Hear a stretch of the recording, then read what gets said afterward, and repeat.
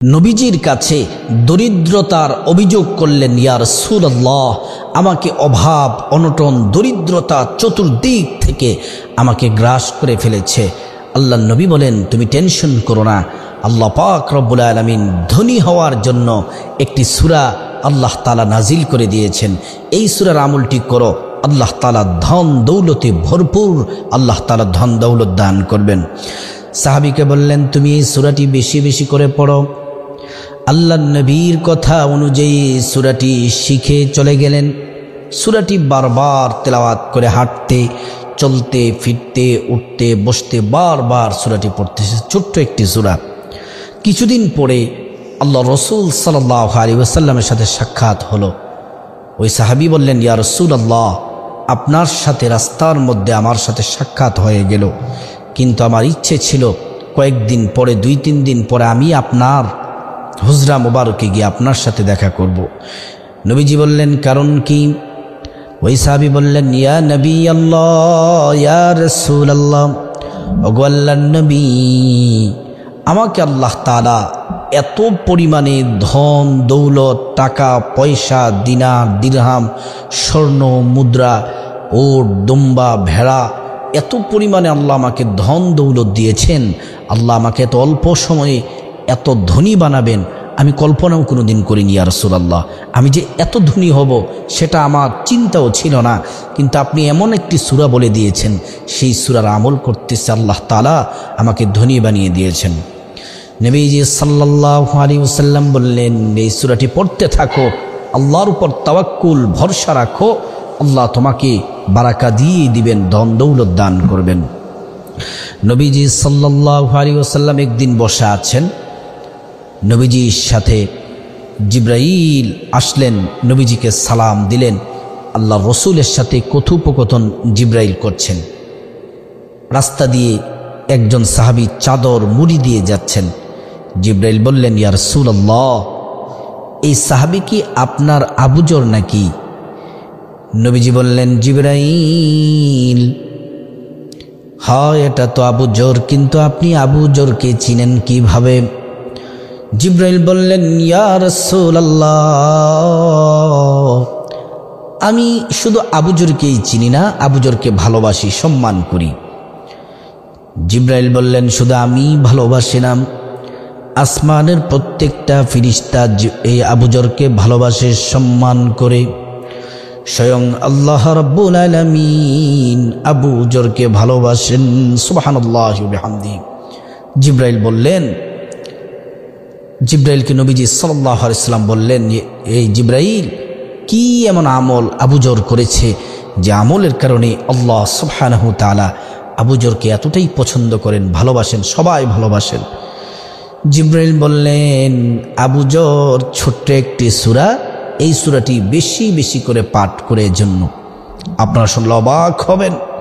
এটি এমন একটি সূরা, একবার যদি পড়েন 10 পারা তিলাওয়াতের সওয়াব পেয়ে যাবেন। যদি 2 বার পড়েন 20 পারা কোরআন তেলাওয়াতের সওয়াব পাবেন। যদি 3 বার পড়েন সম্পূর্ণ কোরআন খতমের নেকি আমল নামার মধ্যে পেয়ে যাবেন। আমল নামায় আল্লাহ তাআলা নেকি দিয়ে ভরপুর করে দিবেন। সুবহানাল্লাহি ওয়া বিহামদিহি। প্রিয় নবী সাল্লাল্লাহু আলাইহি ওয়াসাল্লাম বলেন, ঘরে যখন তোমরা প্রবেশ করবে, ঘরের মধ্যে যখন ঢুকবে, ঘরের মধ্যে যখন প্রবেশ করবে, তখন তোমরা এই সূরাটি বেশি বেশি করে পাঠ করো।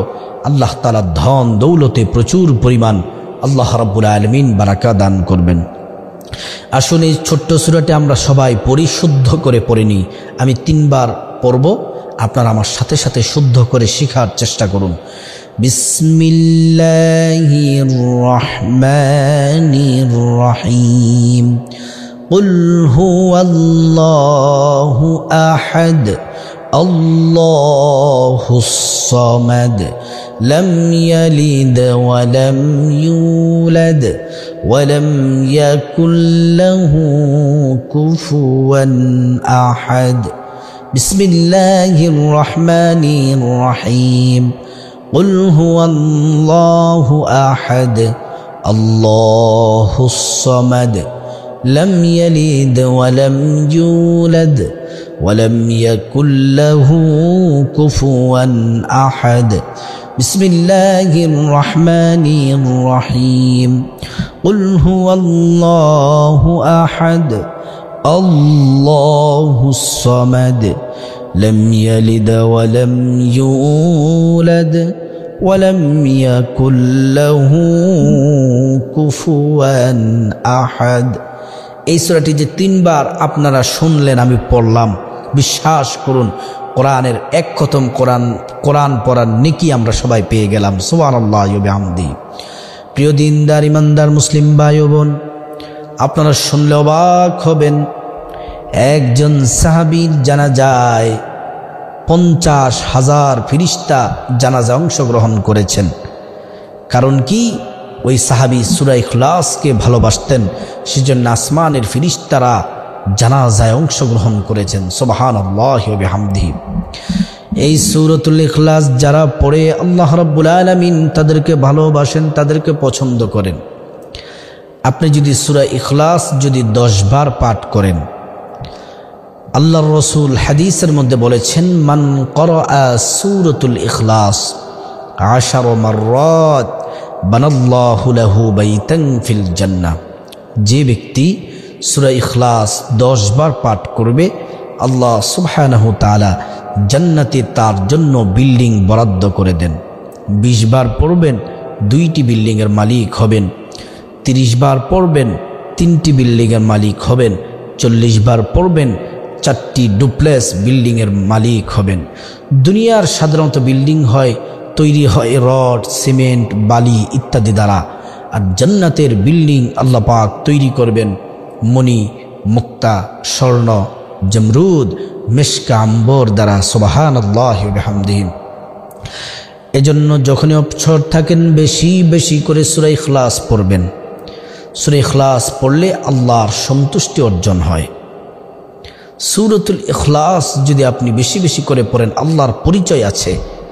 আমাদের প্রত্যেকেরও তো পরিচয় আছে, আমাদের নাম, বাবার নাম, আমাদের ঠিকানা, কিন্তু সূরাতুল ইখলাস আল্লাহর পরিচয় আছে। কুল হুয়াল্লাহু আহাদ, আল্লাহ যে একজন সেটার পরিচয় সূরা ইখলাসে আছে। আল্লাহুস সামাদ, আল্লাহ স্বনির্ভর, আল্লাহ তাআলা অমুখাপেক্ষী, তিনি কাউকে জন্ম দেননি এবং কারো থেকে জন্মগ্রহণ করেননি, তিনি কারো উপর নির্ভর করে না। আল্লাহর কাছে সবাই নির্ভর করি, আমরা সবাই আল্লাহর মুখাপেক্ষী, আল্লাহ তাআলা কারো মুখাপেক্ষী না। এই যে সুন্দর পরিচয়টা সূরা ইখলাসের মধ্যে আছে। এজন্য সূরা ইখলাস বেশি বেশি করে পড়ুন। পড়লে দুনিয়াতেও আপনার লাভ হবে, আখিরাতে তো লাভ তো আছেই। এই সূরা ইখলাসকে যারা ভালোবাসে, মহব্বত করে, আল্লাহ রাব্বুল আলামিন তাদেরকে ভালোবাসবেন, মহব্বত করবেন। কোরআনকে যদি আপনি ভালোবাসেন, কোরআনকে যদি আপনি পড়েন, তেলাওয়াত করেন, দুনিয়া আখিরাত আপনার উজ্জ্বল হয়ে যাবে। আল্লাহ পাক রব্বুল আলামিন আমাদের সবাইকে বেশি বেশি সূরা ইখলাসের আমল করার আল্লাহ তাআলা তৌফিক দান করুন।